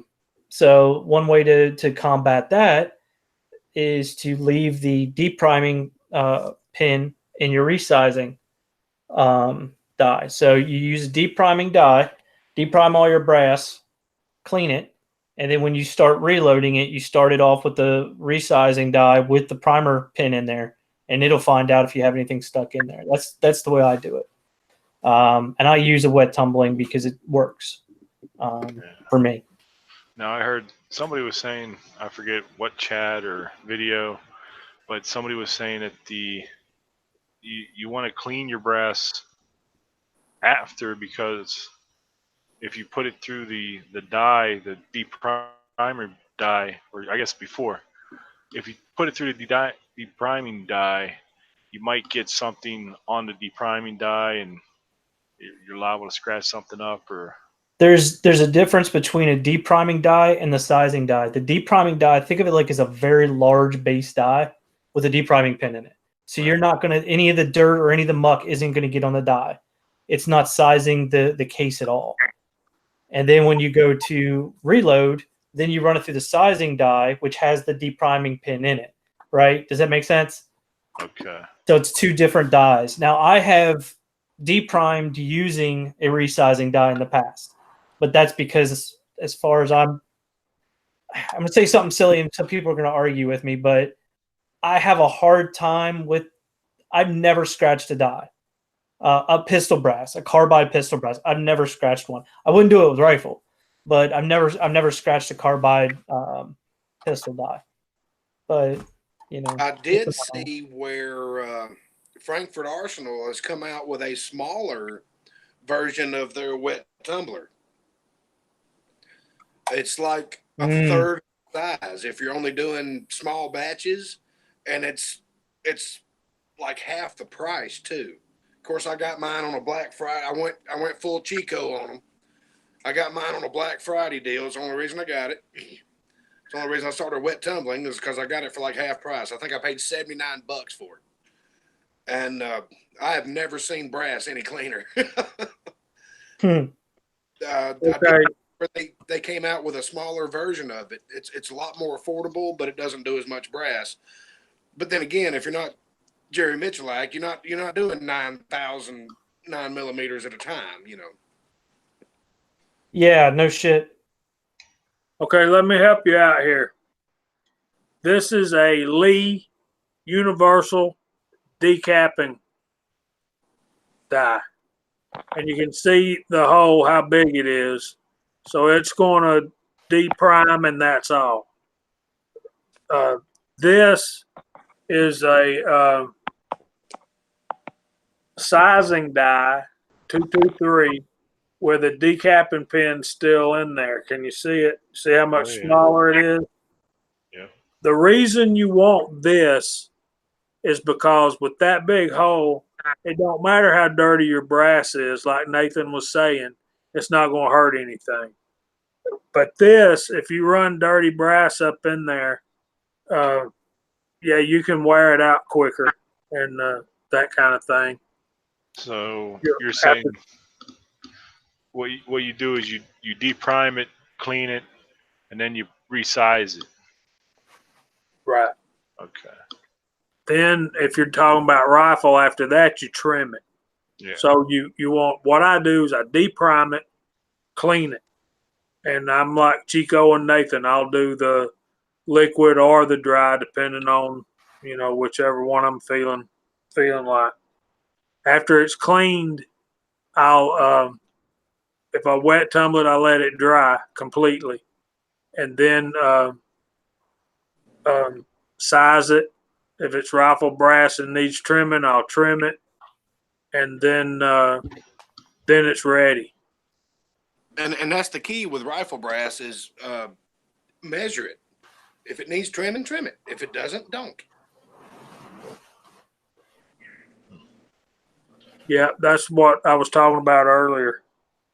Yeah, that's what you got to do, man. You just got to keep measuring it with your calipers, and I would say if it's under the maximum length, you can get away with shooting it one more time, but you just got to know before you reload it the next time you're going to have to trim it. Okay. Now, what powder measures do you recommend, and how many do you actually recommend? Because I saw the die kit comes with a powder measure. I didn't know whether there's, and that's one thing I forgot about was, how do you measure it?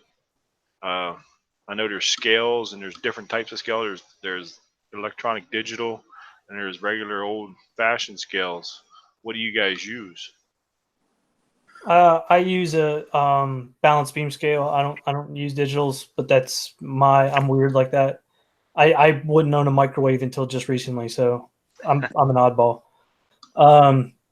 But for powder measurement, you can use anything from a Lyman Brass Smith powder measure or the dippers, right? I mean, I like the dippers for a lot of this stuff. If you're not loading big volume, the dippers are great, and they come with the Lee die set. Right. So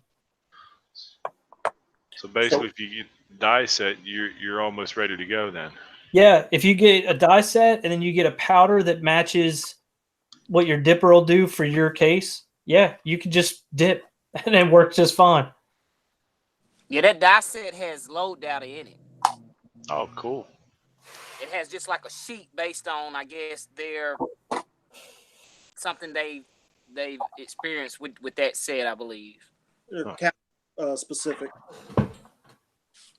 But I'm going to elaborate on that last question, because those dippers, those little scoops, that's measured in volume. Now, there's two different types of measurements. There's measurement by volume and there's measurement by weight. Now, I'm pretty sure. I'm not. Well, actually, I'll let you guys answer this. There's going to be load data, or in the load data, it's going to, say whether by volume or by weight, correct? I think what you're asking, and I can tell you about those scoops. The scoops have a CC. They have a CC on it, right? So you got 3 CC, 5 CC, and what have you.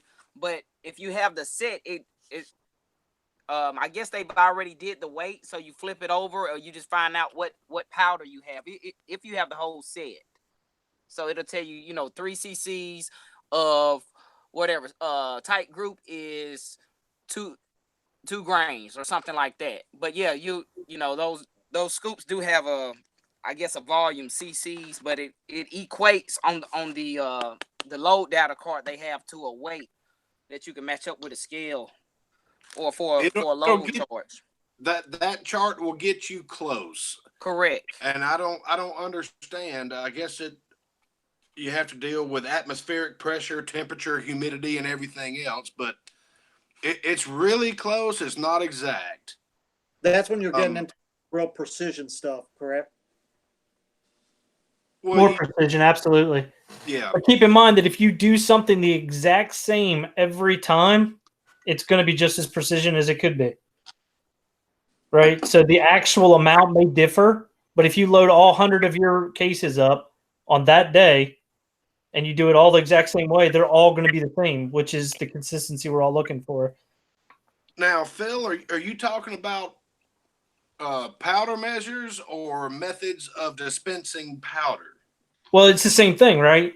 If you have a powder measure, if you limp wrist it one time, and then the next time you smack it, and the next time, yeah, that stuff has huge differences. If you're using the dippers, it's the same way.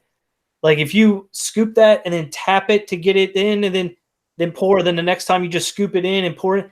That little differences can make a big change, especially when you're talking about a small amount of powder. So you have to be really consistent with how you dip it in and pour Correct. it out to make sure you get the right amount. I didn't know if Phil was wanting a press mounted powder measure. I'm just giving him different options. No, I probably wouldn't do a press mounted powder measure just yet. I'm probably going to stick to like dipping, or if you use a scale or whatever and measure it by grains or whatever. I do use digital scales. I've got a couple of different types of digital scales. I've got a Hornady automatic. You fill the hopper up with powder, punch in what you want, and hit go, and it gives you the amount that you want. As far as I use dippers and that too, depending on what I'm loading. I found that some things work better than others, depending on what caliber you're loading. Like if I'm loading 44 Magnum, I've got the Lyman Brassmith. I don't know if you're familiar with that. Let me find it. It's right here. Okay. I've got the Lyman Brassmith that I can just fill up a loading tray and sit it under here and just go from round to round to round, and they're all pretty much exactly the same charge. It's a very accurate powder measure. No. Now, what is that RCBS? That's just a rock chucker, or? Oh, no. This is just a. Did I say RCBS? It's an RCBS stand. On Yes, this is just a. It's just a stand. I can send you a link to it. It's just something for the powder measure to screw into. Oh, okay. So I just clamp that onto my table and just charge till I'm done. And they're all. I've tried a bunch of powders in it, and it's dead nuts all the time. Yeah. I would say I wouldn't say plus or minus 1 grain. I'd say plus or minus a half a grain, which is nothing. Because most of your powder measures, they advertise plus or minus 2 grains, or is it 2/10? 2/10. That one right there is plus or minus what, 5/100? I mean, it's nothing. I was really impressed with that one. But it depends on what I'm loading. Like my 9mm, I've got a Lee powder drum. 223 and 300 blackout. I use a Lee powder drum. My 308, 30-06, 270, and all that stuff. I use the Hornady automatic powder measure, and the rest of it I dip it. Yeah. So basically, what it sounded like is to get started. I already got the press, so I need the dies. It comes with a powder measure. So I need primers, powder, and I need a book. So I start accumulating stuff and go from there. Let me go ahead and tell you, a very wise investment would be a powder trickler. It's just I don't have one up here. Chico, thank you. That's a little bit extra though, man. Yeah, and I'll say, yeah, with the dies, if you get the Lee 4-die set, you're gonna get this scoop. It comes with it, and Right. it should tell you if you use this scoop with CFE pistol to get 3 grains is this scoop, but you still gonna need a scale, whether it be digital or a the old school one like Nathan uses. I didn't mean to say old school. Yeah, no, it's all right. No, go ahead. Stay old school, because I intentionally bought an old school one in case shit went Yeah, I need to sideways. get me I could one. get batteries. But yeah, you can get the just a scale and this scoop that comes with the 9mm die set. It says if you use CFE pistol, you should get 3 grains. Now that may be some tenths off, maybe 3/10 of a grain plus or minus. You know what I mean? So you get close. You don't necessarily have to buy a powder measure, but you're gonna need a way how to prime your cases, definitely. Yeah, if you don't have a way to prime it on your press, yes, exactly. Good point. Yeah, there's. Look, I mean, one thing you're talking about this whole powder thing, right? Here's what I personally. This is what I would go with. You got the dipper coming to you with your die set. Go get you the WOW scale. There's a bunch of reviews on it on from the Reloader guys. WAO. It's on Amazon. Go get you that scale and a little pan of some kind. You're done. You don't have to. It comes with one grate. You don't have to worry about anything else to get started, and that's how I would go. Yeah. It's simple. It's foolproof. You're not going to make bad ammo with it. Just follow the directions, and you'll be fine. I don't recommend getting a kit. I don't like kits. To me, they do come with everything, but you just end up replacing all that stuff and never using it again. So I like kind of keeping things simple. You got your press.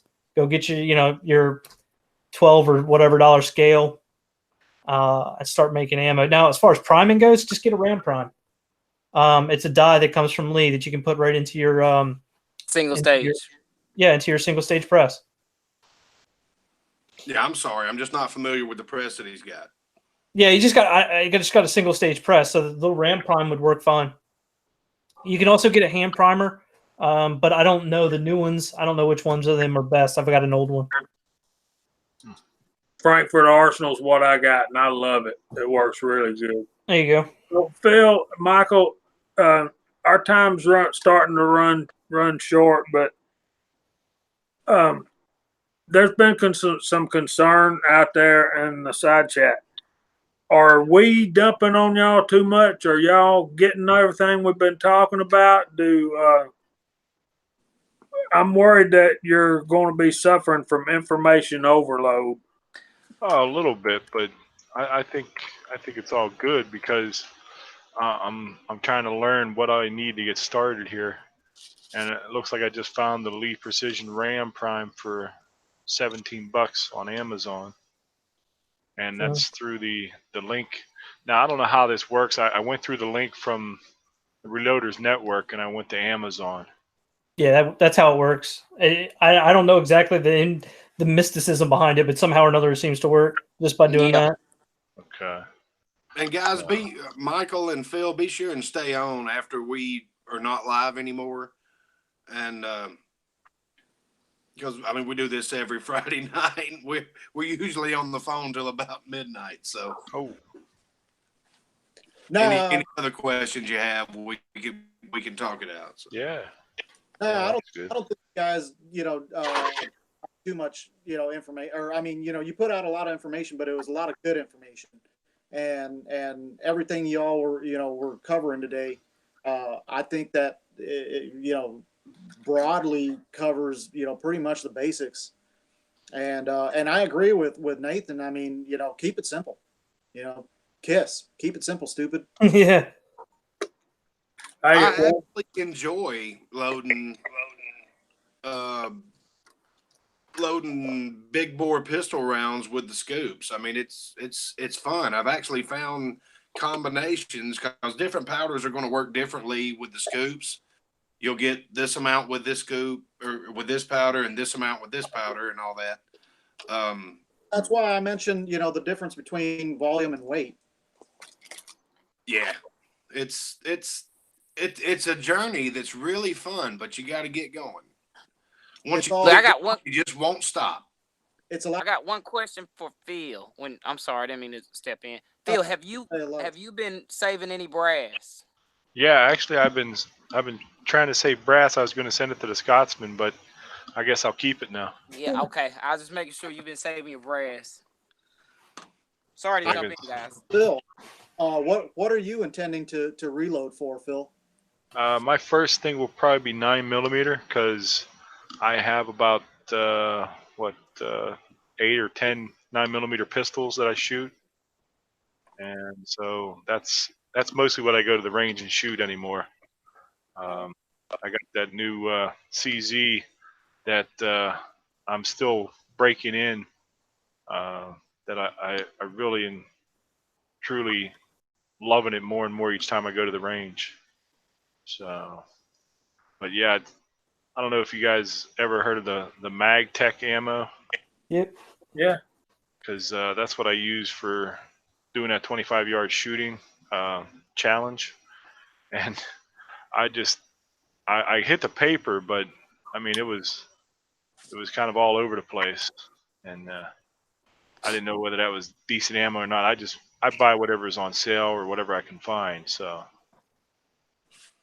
but I understand just from listening to people talk about reloading how you can match things up and get better grouping with your reloads. So I'm kind of looking forward to that.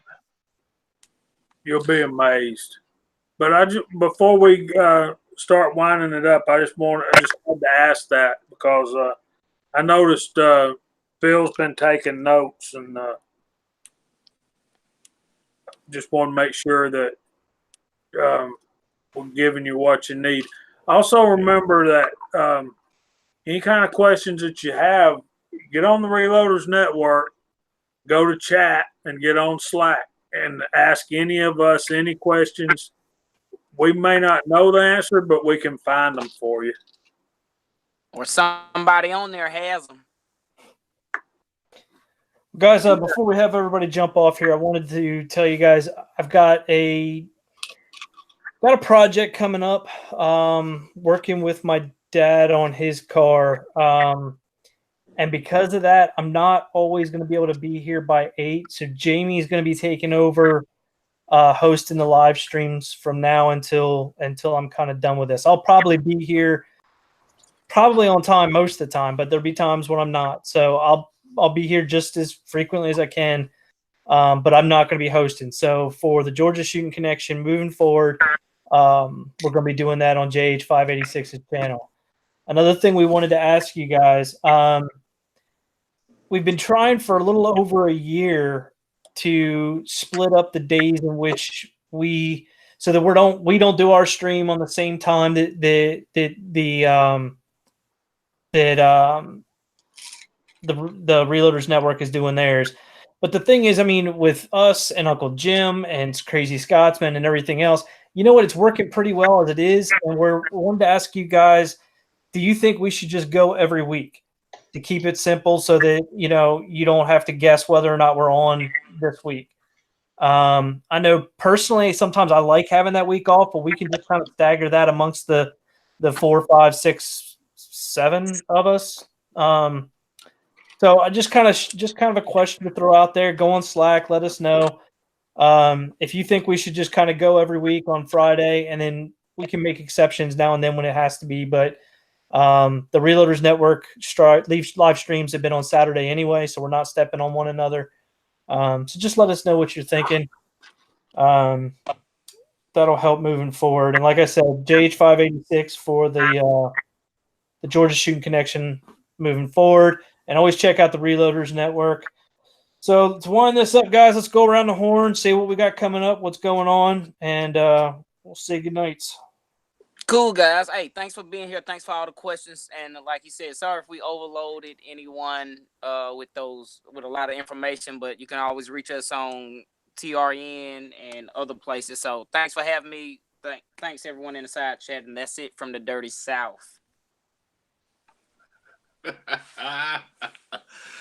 Man, this was a really fun chat. It was good to hear a bunch of questions and answer some and hear other people's opinions on them. And the side chat's been just banging, and I really appreciate that. It's been a really good Friday night for me. I know we all look forward to it.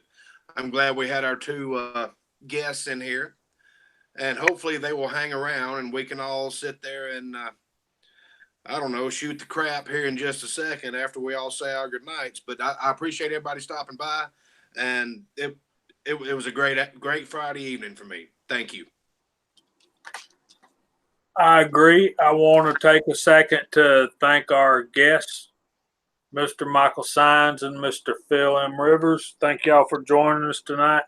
We hope we answered some of your questions. We hope you enjoyed your time with us and hope that you may want to come back in the future. And hope we didn't overload you. And keep in mind, we're all on the Reloaders Network. We all have chat pretty much downloaded to our PCs, and every time we check our emails, we check our chat. I do anyway. So any kind of questions, there's probably guys better qualified than me to answer those questions for you there. And we'll be thinking about the every Friday night thing. We'll be talking with Bacon and Mr. Bacon and Full Ed Taco and those guys over at the Reloaders Network. We don't want to step on any toes, but every time we take a break, the break is nice. I'll admit that having one Friday night off every once in a while is fun, but then you run up on them Friday nights where you don't have anything to do and you're anxious to get on your live chat and whoops, we're not having it this week. So usually we'll fire up Hangouts or something like that, but your input is needed and appreciated on that particular topic. So with that, I'll let our two guests speak and then give their outros, and Mr. Nathan will finish us up. I'm just glad to be here. I want to thank Jamie for inviting me and having me on. And, you guys were talking about, possibly doing this every week. Hey, I'm all for that. I got to tell you guys, in all honesty, this show on Fridays is something that I look forward to, all week. The Georgia Shooting Connection and Foreign and Domestic are two, shows that, man, I really enjoy being a part of. I enjoy the camaraderie between everyone, and this community is, man, I mean, I am just honored beyond words to be a part of this. And I can't thank you guys enough for all that you guys do, all the great information that you're putting out there, and even more so, the way everybody, goes out of their way to help everybody out. And that's so humbling. And I'm just grateful to be here. So thank you very much, gentlemen. Thanks for being on with us, Michael. Absolutely. Yeah, I'm just really glad to be here. Thanks for the invite. I really learned a lot. I will pick your brain a little bit more afterwards here too. But it's a great show. I've tuned in before, and I just watch because I know you guys from YouTube before, and I didn't really have a dog in the game here, but now I kind of do. So now I can listen and try and learn a little bit more what you're talking about, and maybe actually understand what's going on. And before I just come in and watch the side chat and stuff and listen to what you guys are talking about. But now I have a stake in the game, and I can kind of listen to it and understand what's going on and learn from you guys and throw questions out there in the side chat or whatever whenever I have a question. And it's great to be here, and I really appreciate you guys having me. So that's I do have a unboxing video to do tomorrow, thanks to somebody on the panel here. So that's about all I got till we meet again. Well, Phil, I appreciate it. Michael, I appreciate you guys coming out. It's big. Appreciate asking some questions, right? Some people are a little hesitant to ask questions. You guys really did a great job. I enjoyed answering what I could. There's a lot to it, man, and it's kind of cool to jump in there and try to give a hand when you can. So I appreciate you guys coming out. Appreciate everybody on the panel as normal. You guys are always great to it's always great to talk to your friends, you know. And we had 50 people on at one time, and everybody was great except for Cletus, who happens to be a Phillies fan. That's unfortunate. See, I actually get to say something about that. But guys, I appreciate everybody coming out. I don't want to say hesitant, but it's not that I'm hesitant. I hate to have to not, host anymore this way, but I appreciate Jamie picking it up for me. But sometimes you got to do what you got to do, and I want to spend a little bit more time with my dad, so this kind of works out well. But I appreciate everybody coming out, and until next week on JH586 channel, we will talk to you guys later. And Ozark, you will be getting your invite here in a bit. So thanks, guys. Good night. Night, everyone. Have a good night. Bye, everyone. y'all.